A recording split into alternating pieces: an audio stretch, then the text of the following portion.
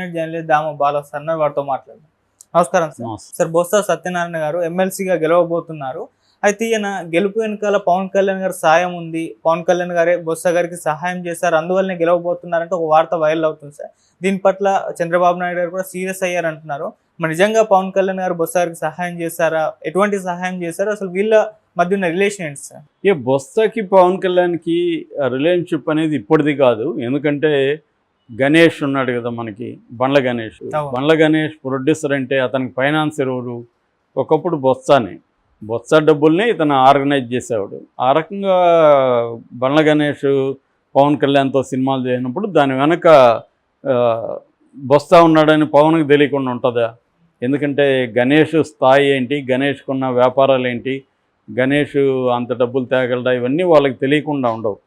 So చాలామంది మనకు బొత్స కానీ, ఇక్కడ తలసాని శ్రీనివాస్ యాదవ్ కానీ, ఇలాంటి పొలిటీషియన్స్ చాలామంది బినామీలుగా ఉంటారన్నమాట. వాళ్ళు డబ్బులు పెడుతుంటారు, వాళ్ళ తరపున ఎవరో ప్రొడక్షను చూసుకుంటుంటారు, ప్రొడ్యూసర్ పేరు కూడా వాళ్ళదే వేస్తుంటారు. వీళ్ళ బ్లాక్ మనీని వైట్ మార్చుకోవడానికి కూడా సినిమాలు చేస్తుంటారు. ఇలాగ చాలామంది వీళ్ళని గోస్ట్ ప్రొడ్యూసర్లు అంటారు. బండ్ల గణేష్ కూడా అట్లాంటి గోస్ట్ ప్రొడ్యూసర్ ఎర్లీ డేస్లో. తర్వాత అతనికి అర్థమైంది ఎలా మేనేజ్ చేయొచ్చు, మనీని ఎట్లా ఆర్గనైజ్ చేయొచ్చు తెలిసిపోయింది అతను. అందుకని అతను సినిమా తీయాలంటే డబ్బులు అవసరం లేదనేది అతని స్టేట్మెంటు. అది కొంత వాస్తవమే. సినిమా తీయాలంటే నువ్వు కాంబినేషన్ సెట్ చేయాలి. హీరో డైరెక్టర్ కాంబినేషన్ సెట్ చేసి అనౌన్స్ చేస్తే నీకు డిస్ట్రిబ్యూటర్ల నుంచి అక్కడి నుంచి ఇక్కడ నుంచి ముందే అమౌంట్ వస్తుంది. దాన్ని పెట్టుకొని సినిమాలు తీయచ్చు అనేది అతని ఉద్దేశం. కొంత ఫైనాన్స్ కూడా తీసుకోవచ్చు. లేదు బ్లాక్ మనీ కూడా బోల్డ్ వస్తుంది. ఇప్పుడు పెద్ద సినిమా అనౌన్స్ చేసినప్పుడు ఇలాంటి రాజకీయ నాయకులు వాళ్ళ రకరకాల పద్ధతులు బ్లాక్ మనీ పెట్టుకుంటారు. వాళ్ళకి సినిమా ఇండస్ట్రీలతో అవసరం కూడా ఉంటుంది. రకరకాల చీకటి వ్యవహారాలు కూడా సినిమా చుట్టూ నడుస్తుంటాయి. సో అందువల్ల రాజకీయ నాయకులకి సినిమాలకి అవినాభావ సంబంధం ఎప్పటి నుంచో ఉంది, కొత్తగా ఇప్పుడుది కాదు. అసలు మన చంద్రబాబే రాజకీయాల నుంచి, ఎన్టీఆర్ రాజకీయాల నుంచి, సినిమా నుంచి, చంద్రబాబు కూడా సినిమా రంగం నుంచి, సినిమాటోగ్రఫీ మినిస్టర్ ఫస్ట్ చంద్రబాబు. అలాగా సినిమాకి రాజకీయాలకు అవినాభావ సంబంధం ఉంది. అలాగా పవన్ కళ్యాణ్కి బొత్సకు కూడా ఎప్పటి నుంచి సంబంధాలు ఉన్నాయి. ఈ మధ్య కూడా బొత్స వైసీపీ నుంచి బయటకు వచ్చేస్తున్నాడు, జనసేనలో చేరుతున్నాడు అని కూడా వార్తలు వచ్చాయి. అందుకని వైసీపీకి వ్యతిరేకంగా బొత్స మాట్లాడుతున్నాడు. విశాఖ భూముల మీద దర్యాప్తు చేయమని ఆయన డిమాండ్ చేశాడు. అక్కడ డ్రగ్స్ షిప్ వచ్చింది, 25,000 కేజీల డ్రగ్గులు దొరికాయి సిబిఐ అనుకో, దాన్ని మీరు ఎందుకు పక్కకు పెట్టేశారని బొత్స ప్రశ్నించాడు. వీటన్నిటి చూస్తే బొత్స బయటకు వస్తున్నాడేమో అన్న ఫీలింగ్ అయితే క్రియేట్ అయింది. తెలుగుదేశం మీడియా కూడా ఈ వార్తని హైలైట్ చేసింది. అయితే జగన్ ఒక మాస్టర్ స్కెచ్ చేశాడు, బొత్సని తన కంట్రోల్లో పెట్టుకుందాం అనుకున్నాడు. అందుకని బొత్సకి తను ఒక ఇంపార్టెంట్ పొజిషన్. ఎందుకంటే బొత్స ఇప్పుడు ఎమ్మెల్సీగా గెలుపు అనేది క్లియర్ అయిపోయింది. ఎమ్మెల్సీగా వెళ్ళినాక రేపు అక్కడ మండలిలో ఇప్పటికి కూడా వైసీపీకి మెజార్టీ ఉంది. రేపొద్దున మండలిలో వైసీపీ తరపున ఈయన అధ్యక్షుడిగా ఉంటాడు.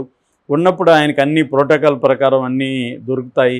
రెండోది ఏంటంటే బొత్సాన్ని పెట్టడంలో జగన్కున్న ఇంకొక ప్లాన్ ఏంటంటే ఈ మండలి నుంచి ఎక్కువ మంది తెలుగుదేశంలోకి జంప్ అయ్యే అవకాశం ఉంది. ఎందుకంటే తెలుగుదేశంలో మండలిలో బిల్లుకి పాస్ కావాలంటే తనకు మెజార్టీ కావాలి. కాబట్టి వైసీపీ నుంచి ఉన్న వాళ్ళని కొంతమందిని లాగేసుకునే పనిలో ఉంటుంది ఎమ్మెల్సీలని. దీన్ని అడ్డుకట్ట వేయాలంటే బొత్స లాంటి ఒక స్ట్రాంగ్ లీడర్గా ఉంటే తను పోనీకుండా చూసుకోగలడు, తను ఆర్గనైజ్ చేయగలడు. అట్లాగే ఎమ్మెల్సీ దీంట్లో లెజిస్లేటివ్ కౌన్సిల్లో చాలా స్ట్రాంగ్గా కూడా గట్టిగా మాట్లాడగలదు అని అన్నీ ఆలోచించి స్ట్రాటజిక్గా జగన్ పెట్టాడు. దాన్ని గెలిపించుకోవడానికి కూడా ప్లాన్ చేశాడు.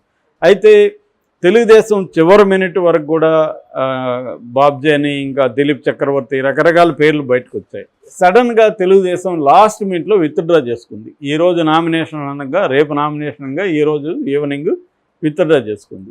ఎందుకు ఇది జరిగింది? మామూలుగా చంద్రబాబు ఏ అవకాశాన్ని వదలడు, మనకు తెలుసు. ఆల్రెడీ అనేక దృష్టాంతాలు మనం చూసాం. ఆయనకు బలమున్నా లేకపోయినా మ్యానిపులేట్ చేసి వాళ్ళని కొనేసో నయానా భయాన్ని చేసో ఏదో ఒకటి చేసి ఆయన ట్రై చేస్తాడు. వివేకానంద రెడ్డిని ఓడించలేదా, అలాగా ఆ మధ్య శ్రీదేవిని కొనలేదా, ఇక్కడ డబ్బులు ఇవ్వలేదా, ఓటుకు నోటు కేసు, ఇవన్నీ చంద్రబాబు ఎప్పటి నుంచో చేస్తాడు. ఆయనకేమీ హుందా పాలిటిక్స్ చేయాలనేది చంద్రబాబుకి ఏముండదు. గెలుపు ఓటమి అనేది ఆయనకి ఇంపార్టెంట్. ఆయనకే కాదు, ఇవాళ ఏ రాజకీయ నాయకుడికైనా ఎవరికి హుందా పాలిటిక్స్ అనేది లేదు. ఆ పదమే బూత్ పదం. అందరికి కూడా గెలుపు ఓటమిలో ఉంటాయి. సో ఎందుకు చంద్రబాబు విత్డ్రా చేసుకున్నాడు అనేది కూడా షాకు. ఆయన అనుకుంటే ఎక్కువ, కనీసం 600 మంది వైసీపీ వైపు ఉన్నారు, అందులో 200 మంది లాగేయడం ఆయనకు పెద్ద విషయం కాదు. 2-3 ఆల్రెడీ వీళ్ళకి 200 ఉన్నారు. 200 ప్లస్ లాగేస్తే వీళ్ళు గెలిచే అవకాశం ఉంది. అందుకనే గెలుపు మేము గెలవాలనుకుంటే పెద్ద విషయం కాదని తెలుగుదేశం నాయకులు చెప్తున్నారు. అది వాస్తవం కూడా. ఎందుకంటే వాళ్ళు అధికారంలో ఉన్నారు. కింది స్థాయి వైసీపీ వాళ్ళు తెలుగుదేశంలో చేరకుండా అక్కడ పనిచేయడం కష్టమవుతుంది. వాళ్ళని ఇబ్బందులు పెడతారు, కేసులు పెడతారు, వాళ్ళు ఫైనాన్షియల్ వ్యవహారాలని దెబ్బతీస్తారు. ఇవన్నీ చేయగలరు. అయినా ఎందుకు విత్డ్రా చేసుకున్నాడు చంద్రబాబు అంటే, పవన్ కళ్యాణ్ పేరు ఇప్పుడు రంగంలోకి వచ్చింది. పవన్ కళ్యాణ్ ఫోర్స్ చేయడం వల్లనే చంద్రబాబు విత్డ్రా చేసుకున్నాడు. ఎందుకంటే పవన్ కళ్యాణ్కి బొత్స గెలవడం అవసరం అనేది చెప్తున్నారు. ఎందుకు అంటే పవన్కి కూడా చంద్రబాబు నుంచి, ఎవరైనా రాజకీయాల్లో యాక్టివ్గా పనిచేస్తున్నప్పుడు దే కీప్ లెర్నింగ్, నేర్చుకుంటూ ఉంటారు. ఎలా చేయాలి పాలిటిక్స్, మనం భవిష్యత్తులో ఎలా ఉండాలి. ఎప్పుడైనా కూడా రాజకీయాల్లో కానీ బిజినెస్లో దేంట్లో అయినా 2 రకాలు ఉంటుంది. షార్ట్ టర్మ్ ప్రయోజనాలు, లాంగ్ టర్మ్ ప్రయోజనాలు. దీన్నే tactics and strategy. Short term వేసే వ్యూహాల్ని టాక్టిక్స్ అంటారు, లాంగ్ టర్మ్ స్ట్రాటజీ అంటారు. యుద్ధంలో నుంచి వచ్చిన పదాలు ఇవన్నీ. సో వ్యూహము, ఎత్తుగడలు. స్ట్రాటజీ అంటే వ్యూహము, టాక్టిక్స్ అంటే ఎత్తుగడలు. ఇది కమ్యూనిస్టులు ఎక్కువ వాడుతుంటారు. సో అలాగా ఇప్పుడు పవన్ కళ్యాణ్ అధికారం ఉంది కాబట్టి తన భవిష్యత్తు పార్టీని ఎక్స్టెండ్ చేయాలంటే తనకి అన్ని ఏరియాల్లో కూడా స్ట్రాంగ్ లీడర్స్ కావాలనే విషయం అర్థమైంది పవన్ కళ్యాణ్.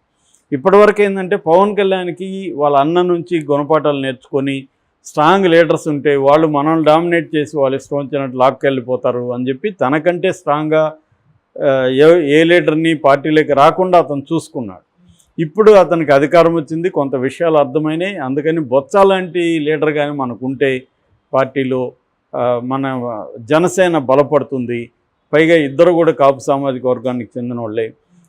ఉత్తరాంధ్రలో ఆయన బలమైన లీడరు కాబట్టి బొత్సాని మనం ఇప్పుడు సహాయం చేస్తే రేపు పొద్దున మనకి అతను మన వైపు ఉంటాడు అనేది పవన్ కళ్యాణ్కి ఉన్న అండర్స్టాండింగ్. సో ఇది జగన్కి తెలియచ్చు. కానీ ఇప్పుడు ప్రజెంట్ పాలిటిక్స్ వ్యూహం ఎత్తుగడలు అన్నాను కదా, ఇప్పుడు ప్రజెంట్కి జగన్కి బొత్సతో పని ఉంది. బొత్స లాంటి నాయకుడు మండలిలో ఉండాలి. లేదంటే ఆయన లేళ్లప్పిరెడ్డిని అనుకున్నారు. లేళ్లప్పిరెడ్డి పట్ల పార్టీలో కొంతమందిలో వ్యతిరేకత ఉంది. సీనియర్స్ అంతా ఉంటే తను ఎట్లా పెడతారని. బొత్స పట్ల వ్యతిరేకత లేదు. అందుకని బొత్సాన్ని పెడితే మనం బాగుంటుంది అనేది జగన్కున్న అండర్స్టాండింగ్. సో పవన్ కళ్యాణ్ కూడా బొత్సని హెల్ప్ చేయడం ద్వారా రేపొద్దున తనకి అవసరమైనప్పుడు బొత్స తనకి హెల్ప్ చేస్తాడు, లేదు తన పార్టీలోకి వస్తాడు అన్న ముందు చూపుతో పవన్ కళ్యాణ్ ఇది పెట్టాడు. ఇప్పుడు తెలుగుదేశం వాళ్ళు అక్కడ గెలిస్తే పవన్ కళ్యాణ్కి వచ్చే ఉపయోగం ఏముంది? పవన్ కళ్యాణ్ ఈ కూటమిలో ఉంటూనే జనసేనని స్ట్రెంగ్తన్ చేసుకోవాలనేది